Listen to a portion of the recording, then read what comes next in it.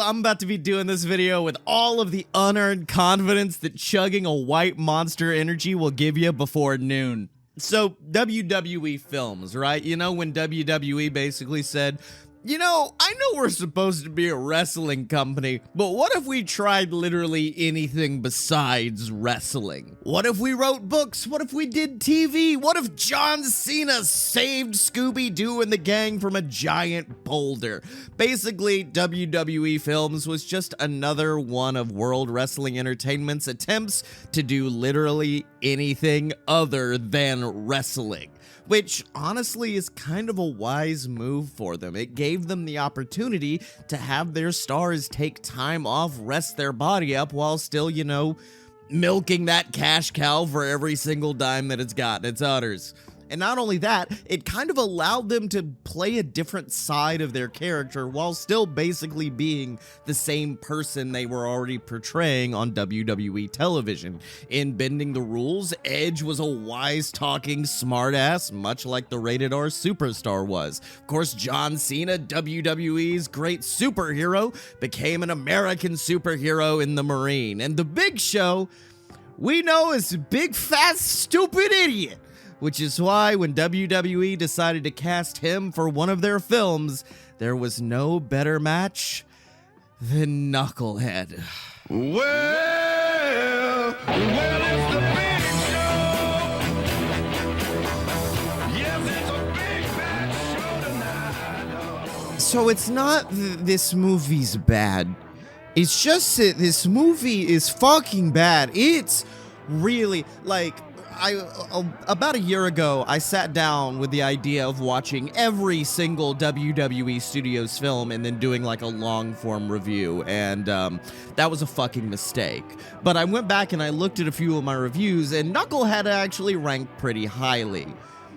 And after rewatching it today, I've realized that the reason it ranked so highly is because when you're standing up against other WWE Studios films, you don't have to do much to be seen as kind of good.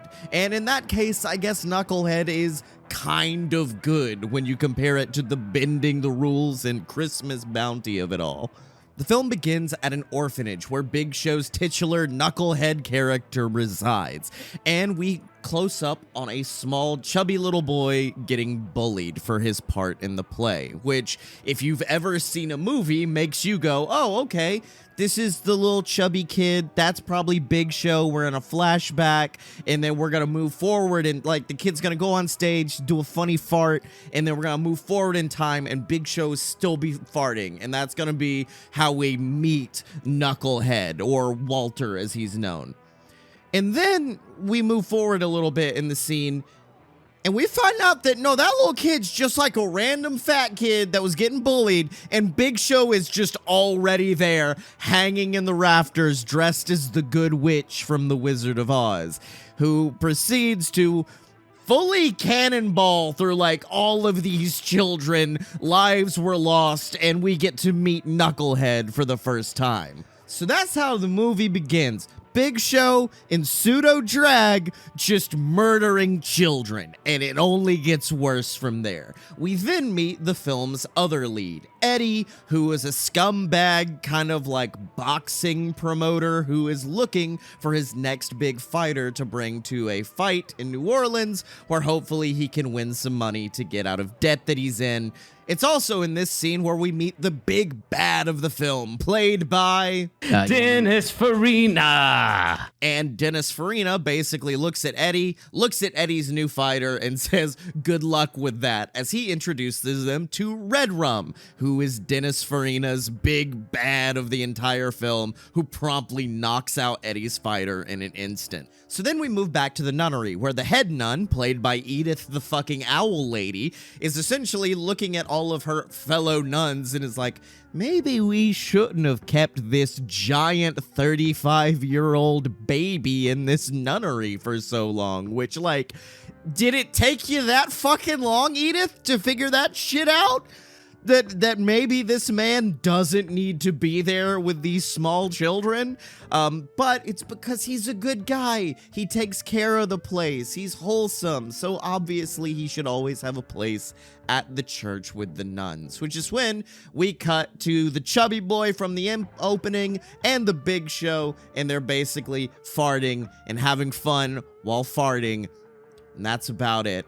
Big Show basically tells him, like, hey, keep an eye on the kitchen while I have to go do a big shit, because that's the fucking peak of comedy in this film. He leaves, and then, well, so we're like 10 minutes in, right? We're like 10 minutes into this fucking movie, and the Big Show sets a fucking orphanage on fire, and that's not a joke. Like, literally, within the first 10 minutes of the fucking film, our beloved, goofy, silly main character has set a fucking orphanage on fire, and because they weren't able to afford to pay for their, like, building insurance, I guess, they can't afford a new kitchen, which is forcing the city to basically shut them down, send all the kids away to new foster homes if they can't get a new kitchen. So, we have one man who's a scumbag who needs a lot of money to pay back some debts, and we have a burnt down orphanage and a very distraught Big Show who needs to earn a lot of money to pay it back. It's a match made in fucking hell. So they get on the road, and obviously Big Show needs to have some training. He does not know how to fight. So where does Eddie, our beloved scumbag, take him? Well, to the secret underground Jewish rabbi fight club that he knows about. That's not a fucking joke. He, like, takes him into a synagogue, and then there's a rabbi there, and the rabbi's doing business the whole time because, you know, Jews be doing business, I guess. By the way, holy shit. This film is so fucking racist. I will get to it because it gets like 10 times worse, but this flick is so fucking racist. So, passes them by, and then Big Show gets down to his tidy whities and is like, they're like, all right, now you're gonna fight the top Jew, I guess, who is named, let me look at my notes. I wrote him down in my, it's ridiculous. The Monster of Matzah, the Bris Bruiser, Sugar Ray Rosenberg. Fuck this movie. And then, like, to get the Big Show amped up to fight Sugar Ray Rosenberg, scumbag Eddie looks at him and is like, hey, just so you know, they hate Christmas. What the fuck is wrong with you, writer of Knucklehead? Like, that's one step away from being like, they killed your Lord and Savior, Jesus Christ. Go kill them in the ring right now. Like, it's fucking ludicrous how insane this shit got. So anyways, Big Show's shit at fighting, but just falls down on the Jewish guy, and that wins him the fight because haha, he's fat and stupid, and that's the movie. And then they go to a hotel. The lady and Big Show have like an, oh yeah, the lady from the nunnery, not Edith the Owl Lady, different lady whose name I've fully forgotten. She's straight up just there to be Eddie's love interest. They have like a nice bonding moment where she's like, you're a knucklehead, and he's like, I am a knucklehead. And then who arrives at Eddie's hotel room but none other than Dennis Farina. And not only that, he's got his backup with him, his fighter Red Rum. It's fucking murder backwards, bitch. It's scary as hell. They beat the shit out of Eddie, basically to send the message, hey, dude, you don't go to New Orleans. And then they just keep going to New Orleans.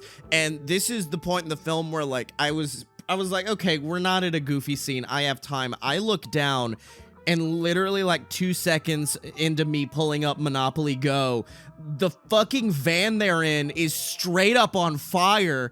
Like, there's smoke pouring out of every orifice. They've rammed into like a random cornfield, and then this happens.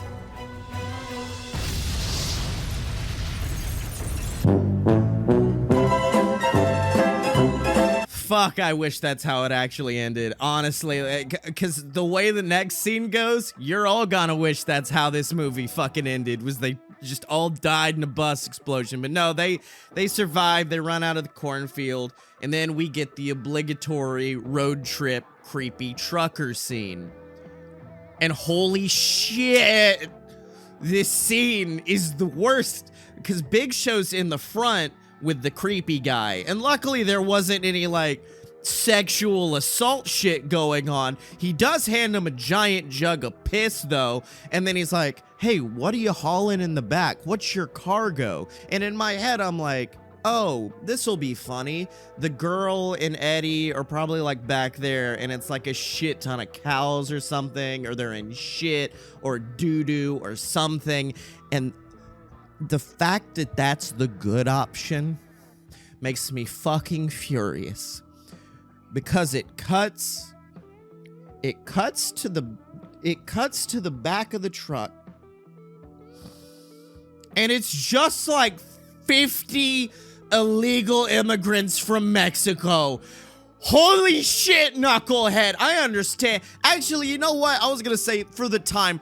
Fuck for the time. This was like a decade ago, maybe, if that. But yeah, it's the girl and Eddie, and they're just hanging out with like a bunch of illegal immigrants, which is like problematic enough. But then finally, when the trucker drops off the Big Show and the rest of them, all of the immigrants try to run out of the truck. He pulls out a shotgun and is like, no, get the fuck back in the truck right now. Fully serious. Like, this is not a...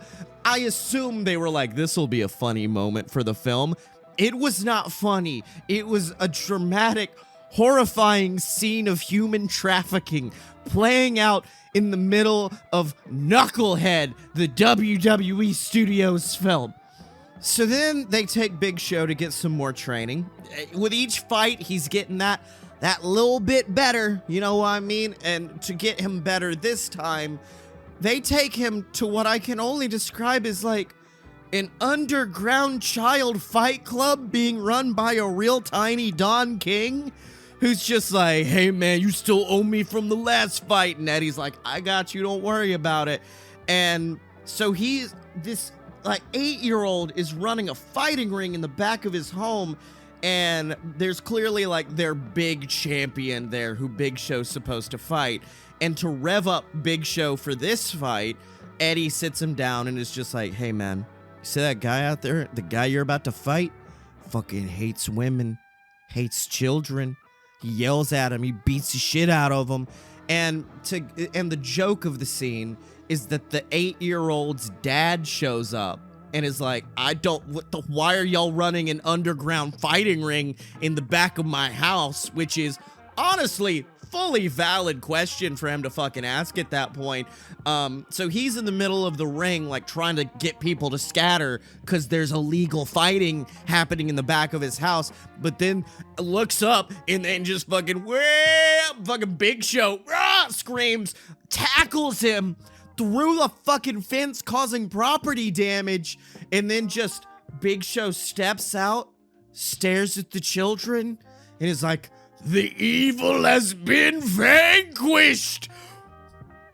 He just murdered a man, and we're just supposed to go on with it. And keep in mind, this is the point of the film where I like wiggled my cursor like, we gotta be like halfway through the film, right? No, I still had an hour left in this sumbitch, and I've never been more upset at the concept of time in my entire life, because holy shit.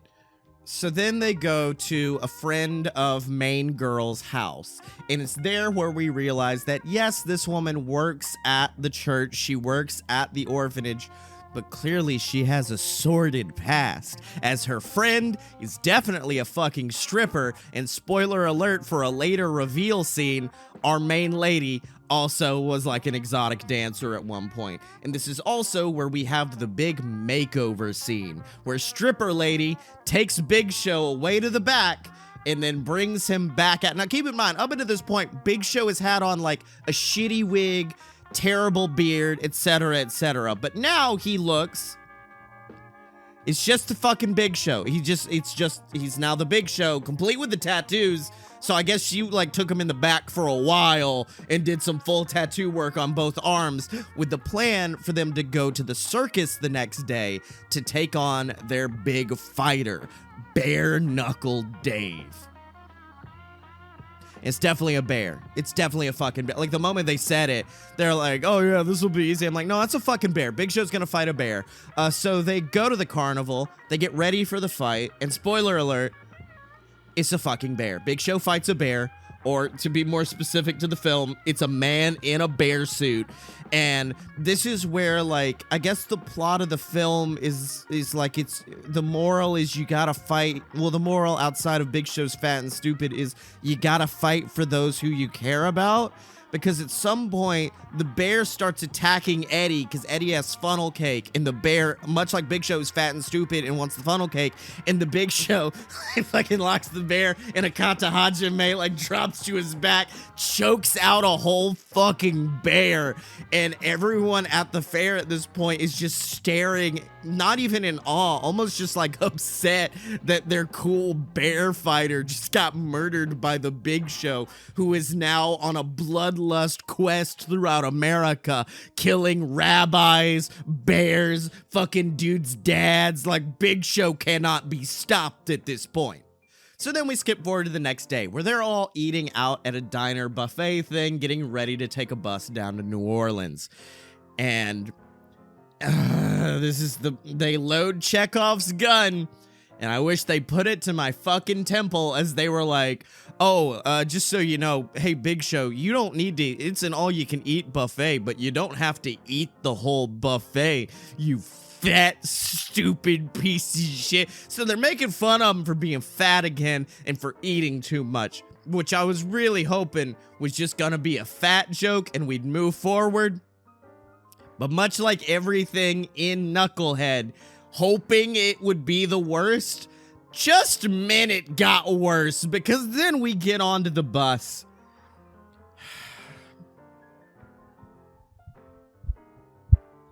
We get on the fucking bus. And the Big Show's tummy starts making a big old fart. Starts doing a fart noise. And there were about, I think I counted 10. There were 10 consecutive farts as Big Show goes to the back of the bus. And because, once again, let's remember, moral of the story, he's fat and stupid. He's too fat to actually fit in the bus's lavatory.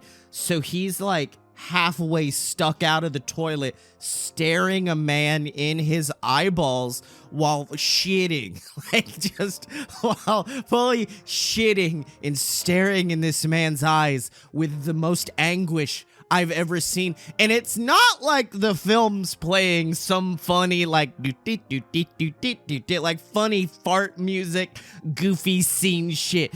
It's like Shawshank Redemption. It's like fully the saddest music is playing in the background while the Big Show is just shitting everywhere, farting, shitting, everything, destroying this, and the whole bus is like upset, and Big Show is crying real tears. He's earning his Oscars. He's just like, I'm so sorry. I'm so sorry I was shitting right in your face. And then, like, the scene reaches its crescendo as the Big Show looks up to this God who has forsaken him clearly and says, please forgive me, God, for shitting in this bus in this man's face. And then we hard cut, and they've had to evacuate the whole fucking bus. The whole bus is evacuated on the side of the road, and then our main characters arrive at a gas station where the Big Show goes into the bathroom and then looks in the shattered mirror, almost like a 1970s Incredible Hulk moment of like, I'm a big, stupid, fat monster who ruins buses by shitting. I'm ruined. I don't Who am I? I don't deserve to be on this earth. I'm a monster. Which, once again, this is fucking Knucklehead, the WWE Studios film, and Big Show's having an existential crisis after he shitted up a bathroom real bad. And on the outside of the gas station, some random bikers show up just to be bad guys. And they go after the girl, and they try to, like, steal shit from her. It's a real uncomfortable scene. And then little homie comes out, and Eddie tries his damnedest, but they all get the shit beaten out of them. And once again, moral of the story, you gotta fight for the ones that you love. So the Big Show fucking murders 3 bikers out here in front of this gas station, and everyone, and instead of being like, this was a traumatic experience, they're all jumping up and down like, yeah, Big Show did murder. Let's fucking go, boys. So now we're starting to, like, actually form a group. We're forming a friendship here.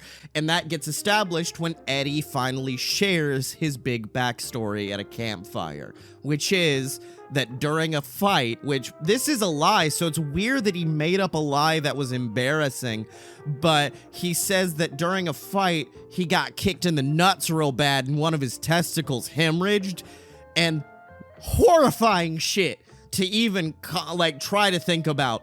But of course, this film doesn't give a fuck about that, so Big Show and Lady just start making fun of him, busting his balls. But I stole that line directly from the movie. Busting his balls about having a fucked up nut, which is how they bond, I guess. And then they wake up the next day, and some random frat kids are there in the woods for some reason, and they show up and they're like, are you the dude that murdered the bear and also the bikers and also the Jewish guy?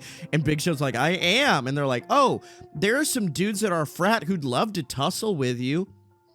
Which leads to the fun montage of the film where the Big Show travels the highways and byways of southeastern America, murdering frat kids and taking their money. So then they finally arrive in New Orleans, which you can tell by the loud-ass Zydeco music that plays as soon as they hit New Orleans. And they arrive, they spend some time in NOLA. Eddie gets Big Show and the lady presents to show that he's actually a good guy and not a scummy human being, like, you know, the entire film would have you believe up to this point. He's a changed man. And then that evening, they go to a bar, a real hoedown hootenanny. And the hootenanny immediately stops hooting as soon as the Big Show shows up, because they're like, that's a fucking big dude. If he tries to line dance, someone's gonna die. But then Eddie puts up a hand and is like, nah, just 2 handsome guys here to party. And then teaches the Big Show how to fuck, which was weird. And then Lady shows up. She looks real hot. Eddie orders them a margarita while the Big Show goes off and dances because he can't be involved in this scene, I guess. And then the lady, who's a teetotaler trying to recover from, you know, her life of partying and being a stripper, proceeds to drink Eddie's entire 64-ounce margarita and get fucked up. Like, just gets wasted immediately, and then sees Eddie with their bartender. She walks up and, like, I'm not sure how it happened, but within, like, the span of less than 10 seconds, it goes from stop talking to my man into we're gonna have a naked mud wrestling fight in this giant inflatable swimming pool. But that's just how New Orleans goes, I guess, baby. So they go over to the swimming pool. The waitress is already naked. The lady gets naked. And I was like, well, maybe this will be a cool fight, because the only person you've really seen fight up until this point has been the Big Show and whoever his victim is. So I was like, this will be a cool fight. No, the girl just fucking spinning. She fucking black masses her. She hits her with a fucking full Malachi black masses this girl, who falls back dead into the pit of mud. And Big Show's like, yeah, she did a murder. Let's go. Then they go to the boxing contest. And they walk up to the registration booth. And he's like, name and registration. And the guy's like, oh, this is the fucking Bear Basher. They call him the Bear Basher, by the way, which is what I thought Perro's nickname was. But he's like, this is the fucking Bear Basher, big Paul White. Well, you know who this is. And the guy's looking up like, all right, where's your registration? We are 75% of the way through this fucking film. And he hadn't registered him to fucking fight? Like, the one thing you have to do is to make sure the dude's registered so they have a spot on the card for him. And you couldn't even fucking do that. So instead of being like, oh, just give me the proper forms, I'll fill them out or whatever, like I'll figure something out, going through the red tape, the blonde woman stands up on a chair and is like, have you people seen the online videos of the man murdering the bear and the Jewish guy and the dude's dad and also all of those college students in the fraternities? Have you seen those videos? That dude fucking rules, right? And they're all like, yeah. And then the dude at registration's like, I'll allow it. And now Big Show's in the contest, I guess. And then all fucking hell breaks loose, because while Big Show is fighting in what is arguably some of the worst choreographed fights I've ever seen, Girlie's in the bathroom and gets confronted by, you guessed it, Dennis Farina. And Dennis Farina looks at her and says, hey, just so you know that dude you've been hanging around with, Eddie, right? You know why he's not allowed to fight anymore, right? And she's like, yeah, because his fucking ball exploded. And he's like, no, actually what had happened, he was fixing fights. He was going down for guys, betting on it, and then earning the winnings. So he got banned from fighting for that reason. And so that makes her be like, oh, this seems like a last-minute development that really didn't need to be part of the plot, but what the fuck ever. So she goes after him. Now, this is where the twist happens. The dude's dad, Eddie's dad has been a character in this film that I've not worried about talking about, but he's just basically been there to be a tertiary character and get rubbed down by a random nurse in a sponge bath. That's all he's really been there for. He came and visited Eddie at the fight. And Eddie gave him all of their earnings from the travels and murdering all of these different college students and said, no matter what happens out there, make sure this gets donated to the orphanage, because he's a good human being. Honestly, like, I know I keep calling him a scumbag. He doesn't do anything bad in this film. Like, there's no moment of like, this dude actually kind of sucks or whatever. Like, he's pretty much a good dude the entire time. So he's like, here, make sure this gets to the orphanage. So because he doesn't have the money anymore, the lady thinks that he spent it and is gonna force the Big Show to take the fall in the final round, much like he did. So that's one piece of like problematic pie coming in. Then all of the nuns show up and is like, Henry's been fucking kidnapped. Look at what I found. And it's a picture of Dennis Farina holding Henry over a dock, and is just like, either he takes the fall or Henry takes a fall, which, holy shit, this just got amped up a shit ton. Dennis Farina's trying to murder a child. So now the kid's been kidnapped. The woman's worried about the dude taking a fall in a fight. Fucking Big Show still has to fight Red Rum, which is murder backwards, real fucking spooky. And it's just all of this shit going into the main event of the evening, which is still a fucking terrible choreographed fight back and forth between Red Rum and Big Show, and it's like interspliced with like the dude and the girl on the apron rooting on Big Show and slowly like rebuilding their trust that really shouldn't have been broken in the first place. And then also like all of the nuns running around the venue, kicking in bathroom stalls looking for Henry. And then mid-fight, Dennis Farina shows up and has Henry like by the neck and is like, I've got your boy, Big Show. You wanna fucking die? You wanna see your boy die? And Big Show's like, oh no, what am I gonna do? And what he does is just beat the shit out of Red Rum. Like, there's not really any, none of the stakes added affected any of it, I guess. Because he just beats Red Rum, and then Dennis Farina's like, oh, now I'm gonna escape with the boy. You've made your choice. Runs, and then the police are like immediately there to be like, you're arrested, Dennis Farina. And he's like, ah, drats. And then Edith the Owl Lady tases him, and it's probably the best moment of the entire film. It's just fucking Edith the Owl Lady tasing Dennis Farina. So then we go back to the main, like, main event of the evening, plot A, as it were, and Big Show's celebrating in the ring, and then the dad gets in the ring and is like, son, that money you gave me, that money you entrusted me with to go to the orphanage, I'm sorry, but I spent it. And he's like, Dad, what the fuck does that matter? They just won like $100K from this boxing competition. And he's like, yeah, I spent it. I bet it all on you and your big, fat, stupid idiot over here. It's now $80,000. And everyone's like, yeah, hooray. So my main camera died. So welcome to a very quick ending being recorded on my iPhone because I can't be bothered changing batteries. So yeah, that was Knucklehead. WWF Films started with The Scorpion King, which launched the career of The Rock, then had The Marine, which launched the career of John Cena, and I guess they assumed it would just work for anybody. It did not work for anybody, as is the evidence here. But what did you think of the video? Should I check out more stuff? Should I look into more WWF Studios films? I mean, I've watched quite a few. They're all pretty rough. But yeah, let me know in the comments down below. Let me know what your favorite WWF Studios film is if you ever checked it out. And let me know what you thought about this format. It was like completely unscripted, fully chaotic, I know.